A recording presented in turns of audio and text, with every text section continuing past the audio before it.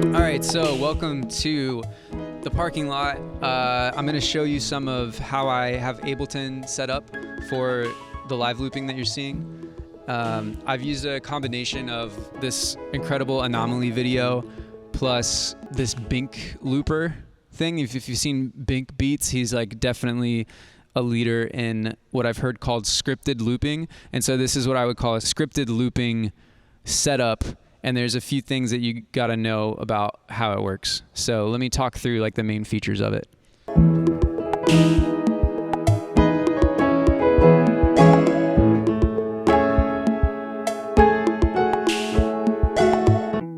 With like the RC30 that I had in the past, I was pretty limited to what I could do, and I had to work pretty hard to keep the choreography with the looper and keep everything working in sync. Really, songs have different parts come in and then go out, different layers, sometimes multiple layers come in and out at the same time.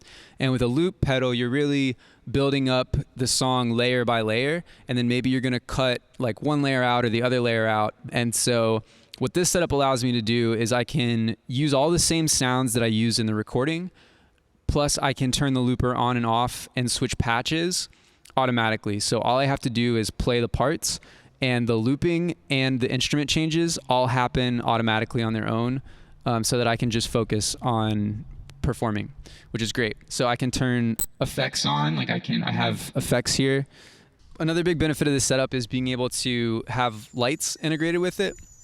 I don't have the lights with me right now, but basically I can write out a light show with the song, and then as I'm performing, the lights can be moving in sync with the performance, and the lights are scripted out as MIDI. And so this allows me to also have like a light show synced up as well. Two more big benefits of this setup is that I can multi-track record everything that I'm playing. I can record all those as stems so that I can go back and mix the audio later. This is what I'm using right now to record my vocal stem. And the other really cool part of it is that I have all of my songs in one session, and I can build multiple set lists, basically how I navigate through all the songs in my session. And I can write out different set lists and go through them however I need to. So that's another big benefit of this setup. So let's talk about how it works. Basically, I have it split up into originals and covers, and you can see that the track titles are here as well. So I've got like Kimchi, The Green Gatsby, Salt and Pepper. And if you look at like Binkbeats, you can see that he's doing everything in session view. So if you're using Ableton for looping, a big question is like, do I do everything in session view or do I do it in arrangement view?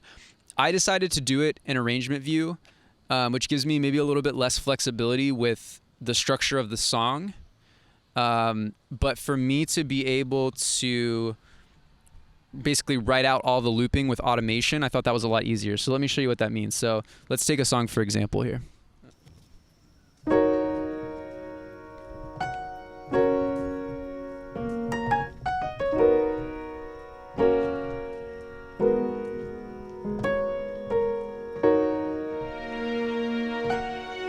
This is my looper, by the way.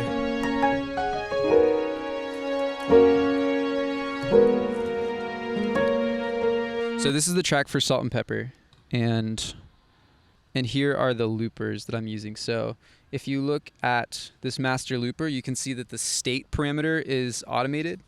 Shout out to Punkowski for dropping this knowledge bomb on me that I could do it like this. So what happens here is I go to the beginning of the song, I hit play, and then it starts recording, right? So you can see where the automation here has the track set to record. And then basically it records through the length of this until it hits the play button. And then it's gonna go back and play that loop back to me, which is really dope. So now that track is looping.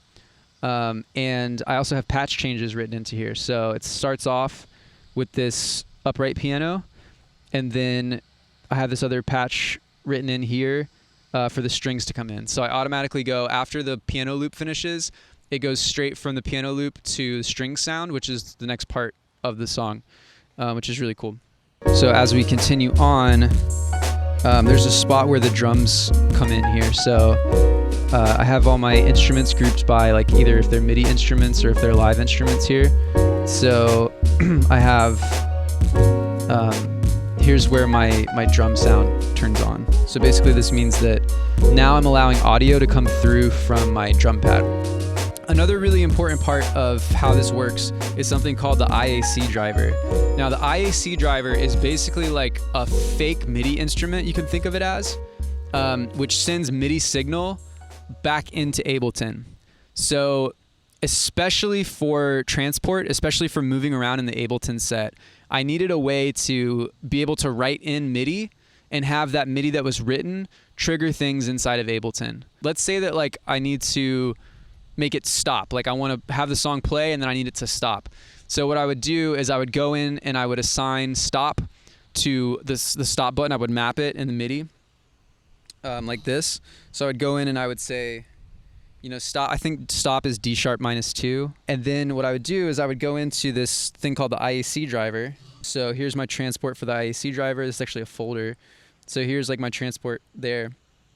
And I would just write in, like stop. And so then what this is going to do is when Ableton reads this MIDI note, it's going to essentially play it. And then it acts like a drum pad or something in the sense that it sends MIDI information into Ableton and then it does that action, whatever that MIDI note is mapped to. Instead of me having to click buttons and stuff, I can write in the button clicks in MIDI and then the IAC driver will trigger those things. One other thing that I wanted to talk about is bleed. Because anytime you're playing two instruments at once, one of the really tricky problems I ran into was how to, like, for example, only loop the instruments instead of looping like my voice and the instruments or whatever, or only loop the piano and not the drum pad as well. And the thing that I ran into was that I had to send the audio that I wanted to loop to a separate bus. The piano here, you can see the upright piano comes on to loop, like the looper turns on here as well. And you can see that I send the audio to channel F for looper 2 while it's being looped. So basically I have these two looper channels and they're on bus E and F.